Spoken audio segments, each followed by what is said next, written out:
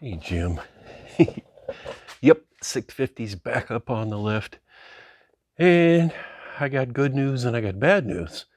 Um, the good news is if you like watching me flounder and take these stupid V8s apart when something well-known fails, um, that's the good news, because this car has developed two coolant leaks. Those of you who have watched a little bit about this car in the past know I just put an alternator and a new water pump in it recently, and it seems to have developed a small seeping leak at the water pump. Looks like it's the right below, right behind where the harmonic balancer is. It looks like it's seeping right around where that one bolt goes. So maybe that's why the last guy in there glued it all together. But now it's also developed a water leak that is dripping down behind the engine, like around the bell housing. It's not coming through, it's coming down around the sides. So apparently that means that there's a coolant transfer pipe that goes from the water pump all the way underneath in the valley of the engine, underneath the intake manifold, to the back. And those gaskets on that thing leak. And apparently you can't replace that pipe without dismantling the entire front of the engine, including the timing chain, the timing chain cover, obviously, the timing chain, the rear, huge job, like $8,000 to $10,000 job at a professional place. But apparently there is a way to cut that pipe and then pull it out and replace it with an expanding pipe that the aftermarket has come up with. So anyway, it's still a big job where you still have to take out the intake manifold and like the fuel runners, and so that's coming on this bad boy here. Not today, because it's just leaking a little. And just like the alternator bracket that's leaking oil, when it gets bad, I'll fix it. But I have a feeling the coolant leak problem is something I'm going to have to address pretty soon. So that's all I've got on it today. I fixed the pans that were falling off the bottom, and that's my coolant leak. Bad news, or good news, depending on how you look at it, I guess. So now on with the rest of this video will be about the X5. Why do I love these old BMWs?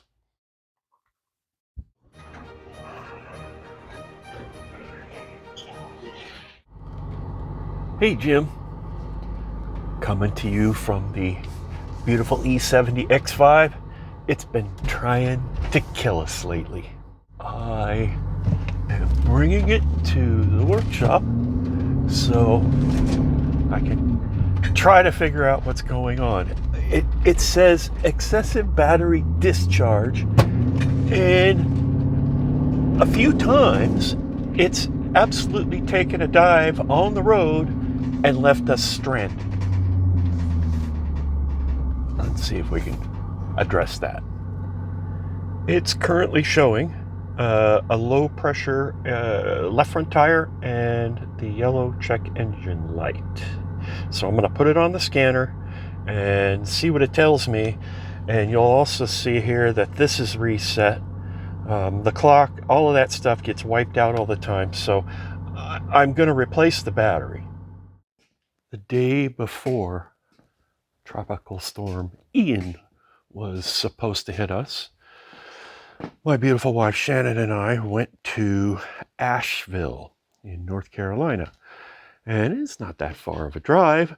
And on the way back, well, I decided to go through a much more scenic route. We went through the Greenville watershed area by the Saluda Reservoir. Beautiful, beautiful drive. And all of a sudden, we're cruising along. I'm enjoying how lovely that X5 drives on those windy roads. And the dashboard lost its mind. It lit up. First of all, it lit up the 4x4 sign. Okay, don't see that very often. And then it led up transmission failure, communication failure, and then every possible failure it could talk about. It screamed at me, and then it took away my throttle, where I'd step on the gas and nothing. And it said, if you pull over and put it in park, it won't go and drive again. But it won't go anywhere anyway. Luckily, I was able to pull off on the shoulder where it's a reservoir area. You're not supposed to stop and park anywhere. And I parked there, and there's no cell phone coverage. Ugh.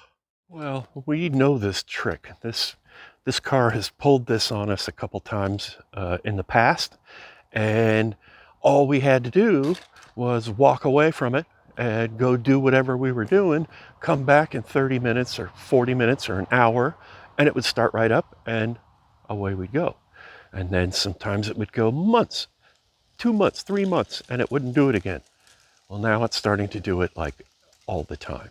So I'm suspecting that it's the battery, because when it would try to start afterwards, like when we were stuck by the reservoir, we kept waiting like 15, 20 minutes and then trying it, and it would kind of try to start, but it sounded like the battery was almost dead. It would go, Urgh. It wasn't enough to turn it over all the way. So I thought, wonder if I had a way to jumpstart it, if that would do it. Then it did it to us again just a few days ago. Oh, and when we were stuck by the Saluda Reservoir, we ended up walking and trying to get a coverage. And when we did get coverage, there was no taxi or Uber or anything that was willing to come get us. So we ended up walking all the way home, which was quite the journey. It was almost a dozen miles. So anyway, it did it again just recently, and I went home, or Shannon was by herself. So she texted me. I went to where she was with the truck, and same thing. It had been sitting there for a long time, 35 minutes, and no key in it. She wasn't anywhere around it. And I went to try to start it, and it just went, got out my jumper cables, jumped the battery in the back, started right up, drove home.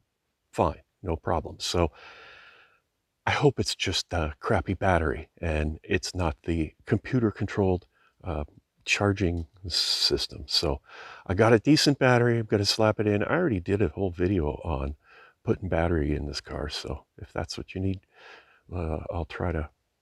I haven't figured out how to do it, but I'll try to put a link somewhere here in it to that video. Oh yeah. I got a new stove oven for the workshop coming, and I don't mean my wood stove. This is coming along, but this is an actual propane household type oven stove. Before I disconnect the battery and take the suspect battery out, I'm going to scan this thing and see what it tells me. Okay, so there's a little cover over the scan port, and see if I can plug this guy in. All right, now I'm going to turn on the ignition without starting the engine. There's what it looks like when it goes to the ABS 4x4. Yeah, left front tire low. It clears everything. I'm letting my scan tool do a battery test.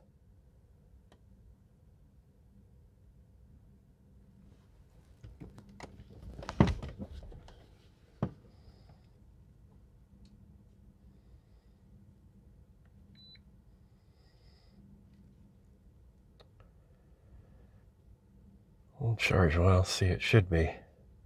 Please full charge battery before go to battery health check. Okay, so I guess that means the battery is. So now I'm going to perform an alternator test. Okay, and now it won't start. Look at the where it shows park right here. Watch that spin like a slot machine. Neutral. Park. I'm not touching anything. All I'm doing is trying to push the start button because that's what it says I have to do to test my alternator. And I got nothing. Okay. Well, I guess I'll go disconnect the battery. Sorry, can't finish this. She won't start. It's a Champion. It is an AGM, 48 months supposedly, but it says January of 2020. So, boy, I hope this new battery solves this ongoing issue. This is our new one, and it's dated 8/22, so hopefully new battery's in. Let's see how it goes. I'm performing the battery monitor test again.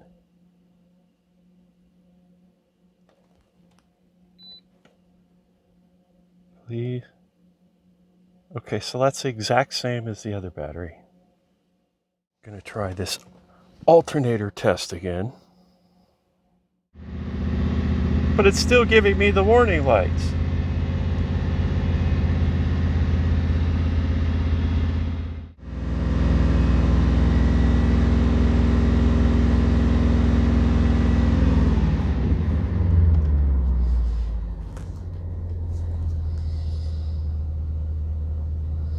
Okay, so it says my alternator is fine. We definitely threw some codes this time. So engine turn off time plausibility, power management, vehicle electrical system monitoring.